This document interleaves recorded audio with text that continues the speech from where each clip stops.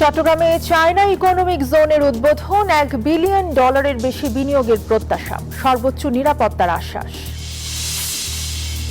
শাপলা চত্বর হত্যা মামলায় হাসিনা সহ 41 জনের বিরুদ্ধে অভিযোগ গ্রহণ, পলাতকদের বিরুদ্ধে গ্রেফতারি পরোয়ানা জারি।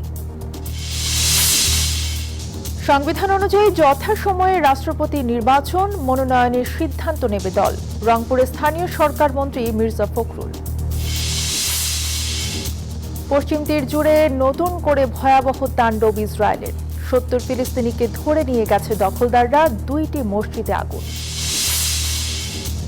এবং নতুন করে স্পোর্টসের প্রথম আসরের পর্দার নামছে আজ, বিজয়ী খুদে ক্রীড়াবিদদের হাতে পুরস্কার তুলে দেবেন প্রধানমন্ত্রী। স্বাগত নিউজ 24 সংবাদে আপনাদের সাথে আছে আমি তাসনিম অর্থী। দেখছিলেন বিআরবি কেবল সংবাদ শিরোনাম। মুখে নয়, কর্মকাণ্ডের মাধ্যমে চট্টগ্রামকে বাণিজ্যিক রাজধানী করতে চায় সরকার, এমনটা জানিয়েছেন অর্থমন্ত্রী আমির খসরু মাহমুদ চৌধুরী। দুপুরে আনোয়ারায় চায়না ইকোনমিক জোনের উদ্বোধনী অনুষ্ঠানে বক্তব্য রাখেন তিনি। আরও জানান, 2034 সালে সরকার $1 ট্রিলিয়ন অর্থনীতি গড়তে প্রতিশ্রুতিবদ্ধ। এজন্য বিপুল বিনিয়োগ, কর্মসংস্থান তৈরির কোনো বিকল্প নেই। 800 একর জমির ওপর নির্মাণ হতে যাওয়া চায়না ইকোনমিক জোনে $1 বিলিয়ন অধিক বিনিয়োগ হবে বলে আশা ব্যক্ত করেন অর্থমন্ত্রী। এ সময় বিনিয়োগকারীদের সর্বোচ্চ নিরাপত্তার আশ্বাস দেন স্বরাষ্ট্রমন্ত্রী সালাউদ্দিন আহমেদ।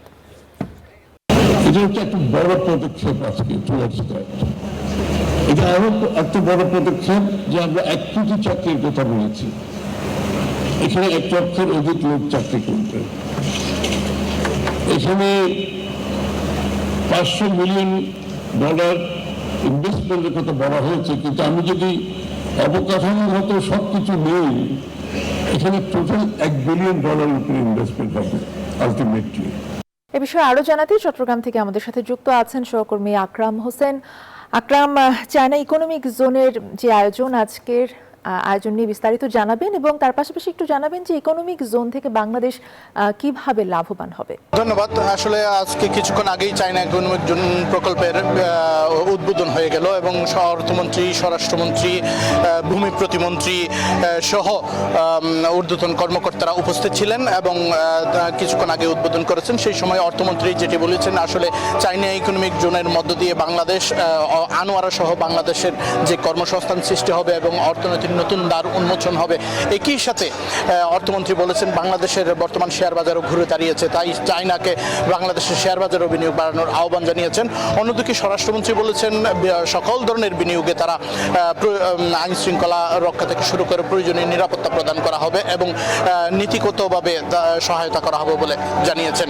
অন্যদিকে চায়নার রাষ্ট্রদূত যেটা বলেছেন সেটা হচ্ছে, প্রধানমন্ত্রীর যেই ভিশন, সেই ভিশন অনুসারে যেভাবে তাদের সাথে বন্ধুত্বপূর্ণ সম্পর্ক গড়ে উঠেছে, তারই প্রতিফলন হচ্ছে চায়না ইকোনমিক জোন প্রকল্পের ভিত্তিপ্রস্তর স্থাপন এবং একই সাথে চায়না ইকোনমিক জোনে $1 বিলিয়ন বিনিয়োগ হবে বলে মনে করছেন অর্থমন্ত্রী। অন্যদিকে একই সাথে অর্থমন্ত্রী বলেছেন, লক্ষাধিক লোকের কর্মসংস্থানের মধ্য দিয়ে দেশের বেকারদের কর্মসংস্থান সৃষ্টি হবে এবং বেকারত্ব দূরীকরণ হবে বলে মনে করছেন। একই সাথে আনোয়ারা সহ চট্টগ্রামের টানেল, কর্ণফুলী নদী এবং নতুন ব্রিজ সবকিছু মিলিয়ে চায়না ইকোনমিক জোন একটি গুরুত্বপূর্ণ ভূমিকা রাখবে অর্থনীতিতে এবং দেশের কর্মসংস্থান সৃষ্টি করবে। স্বরাষ্ট্রমন্ত্রী যেটি বলেছেন সেটি হচ্ছে, চায়নার বিনিয়োগকারীদের আসলে সকল ধরনের নিরাপত্তা প্রদান করা হবে বলে জানিয়েছেন। এখন পর্যন্ত চট্টগ্রাম থেকে আমার কাছে ছিল সর্বশেষ অবস্থা। আমরা এখন যাবো স্টুডিওতে। ধন্যবাদ আপনাকে। আমাদের সাথে আকরাম হোসেন যুক্ত হয়েছিলেন চট্টগ্রাম থেকে। রাজধানীর মতিঝিলে শাপলা চত্বরে 2013 সালে হেফাজতে ইসলামের সমাবেশ ঘিরে হত্যাযজ্ঞের ঘটনায় করা মানবতা বিরোধী অপরাধের মামলায় শেখ হাসিনা, বেনজির এবং আজিজ সহ 41 জনের বিরুদ্ধে আনুষ্ঠানিক অভিযোগ গ্রহণ করেছেন ট্রাইব্যুনাল। দুপুরে আন্তর্জাতিক অপরাধ ট্রাইব্যুনালের রেজিস্ট্রারের কাছে ফরমাল চার্জ দাখিল করেন প্রসিকিউটর জহিরুল আমিন। এ সময় অভিযোগ আমলে নিয়ে পলাতকদের বিরুদ্ধে গ্রেফতারি পরোয়ানা জারি করেন আদালত। এদিন মামলাটির ওপর ট্রাইব্যুনাল 1-এর চেয়ারম্যান বিচারপতি মোহাম্মদ গোলাম মর্তুজা মজুমদারের নেতৃত্বাধীন 3 সদস্যের বিচারিক প্যানেলে শুনানি হওয়ার কথা রয়েছে। এর আগে চিফ প্রসিকিউটর জানান, শাপলা চত্বর হত্যাকাণ্ডে 58 জনের নিহতের প্রমাণ তারা পেয়েছেন। পলাতক আছে, তাদের বিরুদ্ধে গ্রেফতারি পরোয়ানা জারি করা হয়েছে এবং আগামী 16 অগাস্টে সেটির পরবর্তী তারিখ আছে যে যারা যারা পলাতক আছে তাদের এক্সিকিউশন রিপোর্ট আসার পরে তারপরে যদি তাদের মধ্যে এর মধ্যে যদি গ্রেফতার করা সম্ভব না হয় অথবা যদি তারা ট্রাইব্যুনালে হাজির না হয়, তাহলে আমাদের পত্রিকার বিজ্ঞপ্তির মধ্য দিয়ে মামলাটা বিচারের জন্য রেডি হবে। এবং সংবিধান অনুযায়ী যথাসময়ে রাষ্ট্রপতি নির্বাচন অনুষ্ঠিত হবে বলে জানিয়েছেন স্থানীয় সরকার, পল্লী উন্নয়ন, সমবায় মন্ত্রী এবং বিএনপির মহাসচিব মির্জা ফখরুল ইসলাম আলমগীর। জানান, রাষ্ট্রপতির নির্বাচনে কাকে মনোনয়ন দেয়া হবে সেই বিষয়ে দলই সিদ্ধান্ত নেবে। সকালে রংপুর মহানগরীর টার্মিনাল এলাকায় বিভাগীয় বিআরডিবি কার্যালয় উদ্বোধন শেষে তিনি এসব কথা বলেন। মন্ত্রী বলেন, স্থানীয় সরকার নির্বাচনে প্রার্থীদের শিক্ষাগত যোগ্যতার বিষয়ে নির্বাচন কমিশন সিদ্ধান্ত নেবে। তবে স্থানীয় সরকার মন্ত্রণালয়ের সঙ্গে আলোচনা করেই চূড়ান্ত সিদ্ধান্ত গ্রহণ করা হবে বলেও জানান তিনি। যথাসময়ে রাষ্ট্রপতি নির্বাচন হবে এবং দল সিদ্ধান্ত নেবে কাকে সেখানে মনোনয়ন দেওয়া হবে। সবটা হবে নির্বাচন কমিশন করবে। আর আমাদের যে স্থানীয় সরকার বিষয় আছে এই বিষয়টা আমরা মন্ত্রণালয়ে আলোচনা করে সিদ্ধান্ত। জাতীয় সংসদের সাউন্ড সিস্টেম প্রতিস্থাপন বিষয়ে উচ্চ পর্যায়ের সভা অনুষ্ঠিত হয়েছে। সোমবার সংসদ ভবনের মন্ত্রিপরিষদ সভাকক্ষে অনুষ্ঠিত এই সভায় উপস্থিত ছিলেন প্রধানমন্ত্রী এবং সংসদ নেতা তারেক রহমান। সভাপতিত্ব করেন ভারপ্রাপ্ত স্পিকার ব্যারিস্টার কায়সার। সভায় সংসদের সাউন্ড সিস্টেম প্রতিস্থাপনের লক্ষ্যে প্রযুক্তি নির্ভর বিভিন্ন সাউন্ড সিস্টেমের প্রযুক্তিগত বৈশিষ্ট্য, কার্যকারিতা এবং সংসদের কার্যক্রমের সঙ্গে সামঞ্জস্যপূর্ণ বিভিন্ন দিক নিয়ে আলোচনা করা হয়। সভায় বিরোধী দলীয় নেতা ডাক্তার শফিকুর রহমান, আইনমন্ত্রী মোহাম্মদ আসাদুজ্জামান, চিফ হুইপ নুরুল ইসলাম মনি, বিরোধী দলীয় চিফ হুইপ নাহিদ ইসলাম এবং সংশ্লিষ্ট কর্মকর্তারা উপস্থিত ছিলেন।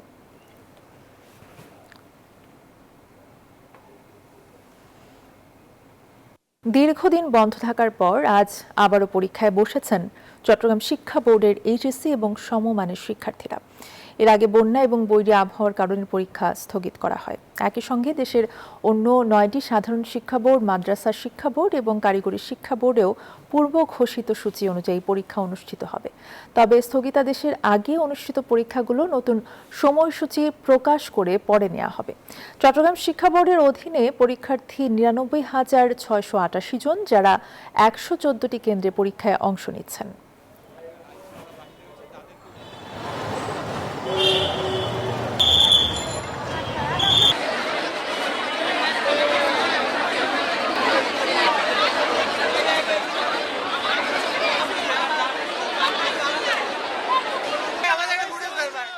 নিউজ 24-এর অনুসন্ধানী টিম আন্ডারকভারের বিশেষ প্রতিবেদন জিনের রাগ, যেখানে উঠে এসেছিল তান্ত্রিকের ছদ্মবেশে সামাজিক যোগাযোগ মাধ্যম ব্যবহার করে সাধারণ মানুষকে কিভাবে ফাঁদে ফেলছিল একটি প্রতারক চক্র। এমনকি রাসায়নিক পদার্থ ব্যবহার করে পুড়িয়ে দেওয়া হতো ভুক্তভোগীদের হাত। প্রতিবেদনটি প্রকাশের পরে নড়ে চড়ে বসে পিবিআই। ডিজিটাল ফুটপ্রিন্ট বিশ্লেষণ করে গ্রেফতার করা হয়েছে চক্রের 3 সদস্যকে। নাইমাল জিকোর রিপোর্ট। গেল জুন মাসের 19 তারিখ নিউজ 24-এর অনুসন্ধানী টিম আন্ডারকভারে প্রচারিত হয় জিনের রাগ শিরোনামের একটি প্রতিবেদন। এতে উঠে আসে সামাজিক যোগাযোগ মাধ্যমে ভুয়া তান্ত্রিক ও কবিরাজ পরিচয়ে স্বামী স্ত্রীর বনিবনা করানো, পরকীয়া বন্ধ করা কিংবা অলৌকিকভাবে সব সমস্যা সমাধানের প্রলোভন দেখাতো একটি চক্র। এরপর ইমো কিংবা হোয়াটসঅ্যাপ কলে যুক্ত করে পটাশিয়াম পারম্যাঙ্গানেট ও রসালো মিষ্টির মিশ্রণে ঘটানো হতো তীব্র রাসায়নিক বিক্রিয়া, যা নিমিষেই ভুক্তভোগীর শরীরে তৈরি করত গভীর ক্ষত।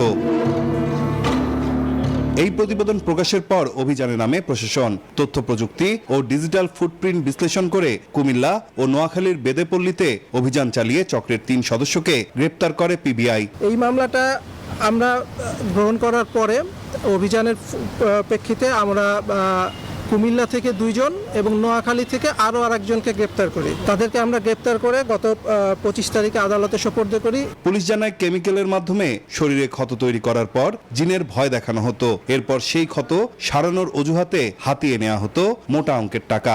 পটাশিয়াম পারম্যাঙ্গানেট নেন এবং মিষ্টি ধরে রাখার ফলে তার হাতের তালুতে গুরুতর ক্ষত সৃষ্টি হয়। পরে ক্ষত সারিয়ে দেওয়ার আশ্বাসে বিভিন্ন সময়ে বিকাশ এবং নগদের মাধ্যমে তিনি আরও 16,000 টাকা তাদের কাছ থেকে নেন। সংস্থাটির দাবি একই কৌশলে দেশে ও বিদেশে একাধিক ভুয়া ফেসবুক পেজ খুলে প্রতারণা চালিয়ে আসছিল চক্রটি। এই চক্রের অন্য সদস্যদের গ্রেপ্তার করতে অভিযান অব্যাহত রয়েছে। মামলাগুলো আছে সেগুলো আমরা বিভিন্ন নাইন আলচিকো, নিউজ 24, ঢাকা। কাফরুল থানা স্বেচ্ছাসেবক দলের যুগ্ম আহ্বায়ক হাফিজুর রহমান ওরফে সিএনজি হাফিজের পরিকল্পনায় কাফরুলে গোলাগুলির ঘটনা ঘটে। কাফরুল থানা যুব দলের সদস্য সচিব হাফিজুল ইসলাম বাবুকে হত্যার উদ্দেশ্যে শুটার ভাড়া করা সহ 25 লাখ চুরি হয় বলে জানায় ডিবি পুলিশ। দুপুরে ডিএমপির মিডিয়া সেন্টারে প্রেস ব্রিফিংয়ে এই তথ্য জানান ডিবি প্রধান মোহাম্মদ শফিকুল ইসলাম। বলেন, দীর্ঘদিন ধরে এলাকার ময়লা টেন্ডার, ফুটপাত দখল এবং এলাকায় আধিপত্য বিস্তারকে কেন্দ্র করে বাবুকে হত্যার পরিকল্পনা করে সিএনজি হাফিজ। টার্গেট মিস করে অস্ত্রধারীদের এলোপাতাড়ি গুলিতে যুবদল কর্মী ইউসুফ নিহত হন। ডিবি জানায়, হত্যার সাথে সরাসরি জড়িত 4 শুটার সহ 8 জনকে গ্রেফতার করা হয়। ঘটনার পর থেকে পলাতক সিএনজি হাফিজ হত্যার মিশনে 11 জন অংশ নেয়। এই ঘটনার মূল পরিকল্পনাকারী হাফিজুর রহমান হাফিজ ওরফে সিএনজি হাফিজ। সিএনজি হাফিজ যুবদলের সদস্য সচিব হাফিজুল ইসলাম বাবুকে হত্যার উদ্দেশ্যে তার নিজ জেলা মাগুরা আশেপাশে হতে অনুমান 25 লক্ষ টাকায় পেশাদার খুনি ভাড়াটিয়া বাহিনী ভাড়া করে। পশ্চিম তীর জুড়ে আবারও তাণ্ডব শুরু করেছে ইসরায়েলি বাহিনী। সন্ত্রাসী নির্মূলের অজুহাতে আটক অন্তত 70 ফিলিস্তিনি। এমনকি আন্তর্জাতিক নিষেধাজ্ঞা উপেক্ষা করে ফিলিস্তিনিদের উচ্ছেদ কার্যক্রম চালাচ্ছে ইহুদিরা। এর মধ্যে 2 মসজিদে আগুন দেওয়ার ঘটনাও ঘটেছে। পোড়া দেয়াল আর ধ্বংসস্তূপে পরিণত হওয়া এ মসজিদই ফিলিস্তিনিদের ওপর চলমান ইসরায়েলি আগ্রাসনের নীরব সাক্ষী।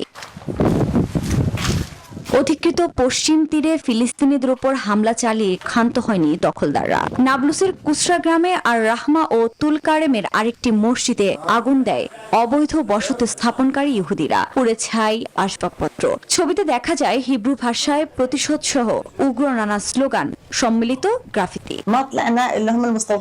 এটি একটি ধর্মীয় অপরাধ, এটি একটি নৈতিক অপরাধ। পৃথিবীতে কোনো মানুষ নেই যে কোনো ধর্মীয় স্থানে আগুন লাগায়।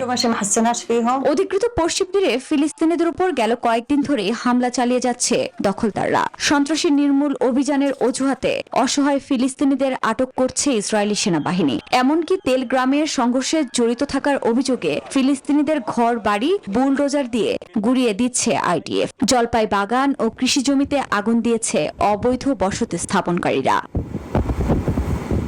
এদিকে আন্তর্জাতিক চাপ ও নিষেধাজ্ঞাকে উপেক্ষা করে 750-এরও বেশি নতুন ইউনিট নির্মাণের ঘোষণা দিয়েছে ইসরায়েলের অর্থমন্ত্রী বেজালেল স্মোট্রিচ, যা বাস্তবায়নে মূলত ফিলিস্তিনিদের ওপর এ আগ্রাসন বলে ধারণা অনেকের। এ পরিকল্পনা বাস্তবায়িত হলে হাজার হাজার অতিরিক্ত বসতি স্থাপনকারী পশ্চিম তীরে থাকার সুযোগ পাবে।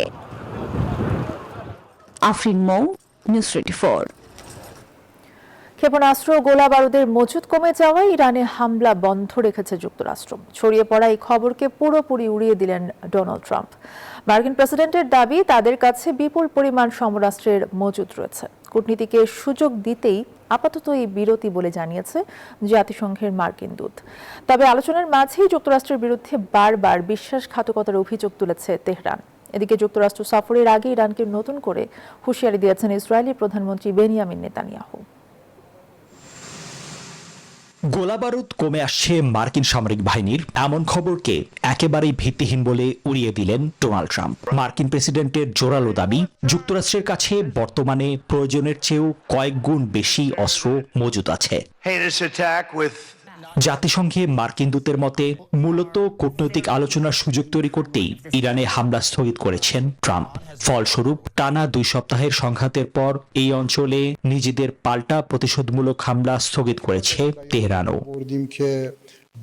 মধ্যস্থতাকারীদের মাধ্যমে আলোচনা চললেও কূটনৈতিক প্রচেষ্টার মাঝেই যুক্তরাষ্ট্র 3 বার বিশ্বাসঘাতকতা করেছে বলে দাবি ইরানের। পাশাপাশি ইরানি জাহাজে ইউক্রেনের হামলার কড়া জবাব দেওয়ার হুঁশিয়ারি দিয়েছেন দেশটির পররাষ্ট্রমন্ত্রী। অন্যদিকে নিজের যুক্তরাষ্ট্র সফরের আগে নিউ ইয়র্কের মেয়রের বিরুদ্ধে বিদ্বেষ ছড়ানোর অভিযোগ তুলেছেন ইসরায়েলি প্রধানমন্ত্রী। একই সাথে প্রত্যক্ষ বা পরোক্ষভাবে নতুন কোনো হামলা চালালে ইরানকে চরম মূল্য চোকাতে হবে বলেও সতর্ক করেছেন বেনিয়ামিন নেতানিয়াহু। এরই মাঝে মধ্যপ্রাচ্যে দীর্ঘস্থায়ী শান্তি ফেরাতে এবং চলমান উত্তেজনা কমিয়ে আনতে নিজেদের মধ্যে নিবিড়ভাবে কূটনৈতিক আলোচনা চালিয়ে যাচ্ছে কাতার ও সংযুক্ত আরব আমিরাত। নিবিড় আমিন, নিউজ 24। এই ছিল এখনকার সংবাদে, সাথে থাকায় ধন্যবাদ সবাইকে।